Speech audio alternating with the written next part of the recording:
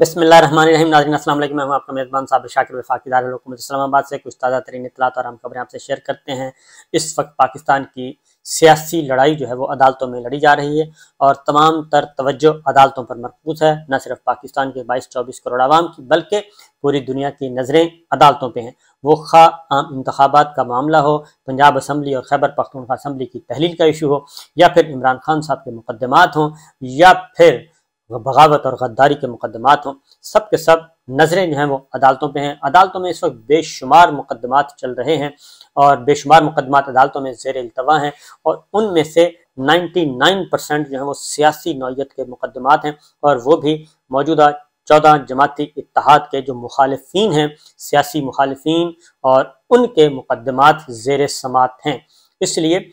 یہ ہفتہ جو ہے جو آج شروع ہوا ہے یہ بھرپور ہفتہ ہوگا، اور اس ہفتے میں بہت ساری اہم ترین ڈیولپمنٹس ہونی ہیں۔ سب سے پہلی development supreme court of Pakistan میں ہوگی۔ سپریم کورٹ آف پاکستان میں آپ کو معلوم کہ ایک لارجر بینچ، 9 رکنی لارجر بینچ جو ہے وہ آج صبح ٹوٹ گیا، اور 5 رکنی وہ 9 میں سے 5 رکنی بینچ رہ گیا۔ 4 آنریبل ججز اس بینچ سے علیحدہ ہو گئے، جسٹس اعجاز الاحسن صاحب اور جسٹس مظہر علی اکبر نقوی صاحب، جنہوں نے یہ انیشیٹو لیا تھا کہ پاکستان میں 2 اسمبلیوں کے انتخابات اس وقت پینڈنگ ہیں اور الیکشن کی تاریخ نہیں آ رہی، اور ایک آئین شکنی کا پروسیس کا خطرہ ہے۔ اس لیے چیف جسٹس آف پاکستان کو انہوں نے نوٹ لکھا تھا کہ اس معاملے میں از خود نوٹس لیا جائے تاکہ یہ غیر آئینی اقدام ہونے سے روکا جا سکے اور آئین شکنی کو روکا جا سکے۔ اس نوٹ کے لینے کے بعد معاملہ جو ہے وہ کافی دن پینڈنگ رہا، اور بالآخر چیف جسٹس آف پاکستان نے اس ایشو کو ٹیک اپ کیا، اور اسلام آباد ہائی کورٹ بار کی application, speaker Punjab assembly, speaker Khyber Pakhtunkhwa assembly کی پیٹیشن بھی سپریم کورٹ آف پاکستان میں تھیں۔ اس دوران تنازع کھڑا ہوا، اور تنازع کھڑا ہونے کے بعد Pakistan democratic movement, peoples party, Maulana Fazl الرحمان، سب کے سب آ گئے جی عدالت میں، اور انہوں نے عدم اعتماد کا اظہار کیا۔ جسٹس اعجاز الاحسن صاحب اور جسٹس مظہر علی اکبر نقوی صاحب اور پھر مریم بی بی نے ایک تقریر بھی کی سرگودا میں، انتہائی زہر آلود تقریر، جس میں آنریبل ججز جو کہ سٹنگ ججز ہیں سپریم کورٹ آف پاکستان کے، ان کی تصاویر بھی دکھا کے معاملے کو مزید پولیٹیسائز کرنے کی کوشش کی اور سکینڈل بنانے کی کوشش کی، لیکن ابھی تک اس پہ کسی قسم کی کوئی ڈیولپمنٹ نہیں ہوئی۔ البتہ لاہور ہائی کورٹ میں آج پیٹیشنز فائل ہو چکی ہیں، توہین عدالت کی کارروائی کی، رانا ثناء اللہ صاحب کے خلاف بھی اور مریم صاحبہ کے خلاف بھی یہ پیٹیشنز فائل ہو چکی ہیں الگ الگ کہ انہوں نے سرگودا میں توہین عدالت کے مرتکب ہوئے ہیں، ان کے خلاف کارروائی عمل میں لائی جائے۔ جبکہ دوسری جانب یہ اطلاعات بھی ہیں کہ سپریم کورٹ آف پاکستان بھی اس بات کا، اس تقریر کا جائزہ لے رہا ہے اپنے طور پہ، اگر وہ سمجھے گا تو اس معاملے کو ٹیک اپ کیا جا سکتا ہے، لیکن پہلے یہ جو اہم مقدمہ ہے اس کو سنا جائے گا، اور 4 رکنی بینچ یا 4 آنریبل ججز، جسٹس نقوی صاحب، جسٹس اعجاز الاحسن صاحب الگ ہو گئے۔ انہوں نے کہا کہ ہم تماشا نہیں بنیں گے اس بینچ میں بیٹھ کے، لہذا وہ الگ۔ اور دوسری جانب جسٹس اطہر من اللہ صاحب نے بھی ایک نوٹ لکھا اور وہ بھی الگ ہو گئے۔ انہوں نے لکھا کہ یہ فل کورٹ تشکیل دینا چاہیے، اور ساتھ ہی ساتھ انہوں نے یہ بھی کہا کہ یہ جو اسمبلیاں تحلیل ہوئی ہیں دونوں پنجاب اور خیبر پختونخوا، اس کا بھی اثر نو جائزہ لینا چاہیے کہ وہ کوئی غیر آئینی اقدام تو نہیں ہوا۔ جسٹس یحییٰ آفریدی صاحب بھی اس بینچ سے الگ ہو گئے۔ اس طریقے سے اب 5 رکنی بینچ وہ سماعت جاری رکھے ہوئے ہے۔ آج پہلا دن تھا اس 5 رکنی بینچ کا، انہوں نے بھرپور طریقے سے بڑی پیسفلی اسموتھ وے میں آرگومنٹس لیے۔ علی ظفر صاحب کے جو کہ وکیل ہیں اس وقت اسپیکر پنجاب اسمبلی کے، وہ اس کو آرگو کر رہے ہیں۔ اور ایک اور اہم ڈیولپمنٹ ہوئی کہ عدم اعتماد کا سیزن چل رہا ہے۔ اٹارنی جنرل جو ہیں، اٹارنی جنرل وہ انہوں نے وفاق کے نمائندے وہ ہوتے ہیں، لیکن صدر مملکت نے اٹارنی جنرل پہ عدم اعتماد کا اظہار کیا کہ وہ اپنا مائنڈ پہلے ہی دے چکے ہیں، اس لیے صدر مملکت کی نمائندگی جو ہے وہ کریں گے سلمان اکرم راجہ صاحب، سینئر قانون دان، پڑھے لکھے، وہ کریں گے اب صدر مملکت کی نمائندگی، اور وہ آرگومنٹ کریں گے کیونکہ صدر مملکت بھی اس پورے پارلیمان کے ہیڈ جو ہیں، پارلیمنٹ کے ہیڈ جو ہیں وہ صدر مملکت ہیں 1973 کے آئین کے مطابق۔ اور جب یہ تنازع کھڑا ہوا تو اس میں صدر مملکت نے ہی تاریخ دی، اور اس تاریخ کی بنیاد پہ ہی اب سپریم کورٹ آف پاکستان اس کا جائزہ لے رہی ہے۔ شروع میں جب بینچ ٹوٹا تو یہ تاثر دیا گیا، جب 4 آنریبل ججز الگ ہوئے تو یہ تاثر دیا گیا کہ یہ ساری کی ساری کارروائی بھی رک گئی ہے اور اب یہ نئے سرے سے شروع ہوگی، لیکن chief justice of Pakistan Umar Ata Bandial صاحب اور ان کے ساتھ 5 رکنی بینچ، ان کے ساتھ 4 ممبرز اور آنریبل ججز آئے اور انہوں نے 23 فروری کا آرڈر پڑھ کر سنایا، اور اس کے بعد انہوں نے کہا کہ یہ آرڈر ہے اور وہ آرڈر جاری کر دیا، اور آرڈر جاری کرنے کے بعد انہوں نے واضح طور پہ یہ کہا کہ ہم اپنی سماعت جو ہے وہ جاری رکھیں گے۔ اب اس مقدمے کی سماعت جو ہے وہ 5 ممبرز بینچ کرے گا، اور وہ 5 ممبرز بینچ نے اپنے مقدمے کی جو کارروائی ہے وہ جاری رکھی، اور اس میں الیکشن کمیشن آف پاکستان کے وکیل جو ہیں وہ بھی اپیئر ہوئے اور انہوں نے بھی اپنے آرگومنٹس دیے۔ اب جو 23 فروری کا حکم نامہ میں آپ کو بتا دوں کہ وہ آج جو عبوری حکم جاری کیا گیا اس میں، جس میں جسٹس اطہر من اللہ صاحب کے اختلافی نوٹ بھی ہے اور سب کا سارا اختلافی نوٹ ہے، اس کے بعد جسٹس یحییٰ آفریدی کا نوٹ ہے، جسٹس اعجاز الحسن اور جسٹس نقوی صاحب جس طریقے سے بینچ سے الگ ہوئے وہ بھی سارا اس کا حصہ بنا دیا گیا ہے۔ جسٹس اطہر من اللہ صاحب کی اس بات سے اتفاق نہیں کیا گیا جس میں انہوں نے کہا تھا کہ جو اسمبلیاں ہیں ان اسمبلیوں کی تحلیل کے معاملے کو ہی دوبارہ سے ٹیک اپ کر دیا جائے، یعنی تحلیل شدہ اسمبلیاں بحال کر دی جائیں، ان کا کہنے کا مطلب یہ تھا۔ تو 9 رکنی بینچ کا جو حکم نامہ، اس میں 1 جج کا اضافی نوٹ بھی شامل ہے۔ تحریری حکم نامے کے مطابق جو گزشتہ سماعت پر 3 آئینی سوالات کو سنا گیا تھا، اور فیصلے میں جسٹس منصور علی شاہ صاحب، جسٹس یحییٰ آفریدی صاحب اور جسٹس جمال خان مندوخیل کے اختلافی نوٹ شامل تھے۔ چیف جسٹس کی جانب سے اپنی سربراہی میں بنائے گئے جو 9 رکنی بینچ ہے اس میں جسٹس اعجاز الحسن صاحب، جسٹس سید منصور علی شاہ صاحب، جسٹس منیر بختر، جسٹس یحییٰ آفریدی، جسٹس سید مظہر علی اکبر نقوی صاحب اور جسٹس جمال خان مندوخیل، جسٹس محمد علی مظہر اور جسٹس اطہر من اللہ شامل تھے، اور اس پہ چیف جسٹس صاحب نے از خود نوٹس لیا تھا۔ یہ میں بتا دوں کہ جو بینچ کے سامنے جو سوالات رکھے گئے تھے، جو امپورٹنٹ چیز ہے، جو 5 رکنی بینچ جو ہے وہ جو ہیئرنگ کر رہا ہے، کیونکہ ادھر ادھر کی باتوں پہ آپ نہ جائیے گا، ایگزیکٹ میں آپ کو بتا رہا ہوں کہ کیونکہ بہت ساری جو خواہشات کی تکمیل جو آج ہونی تھی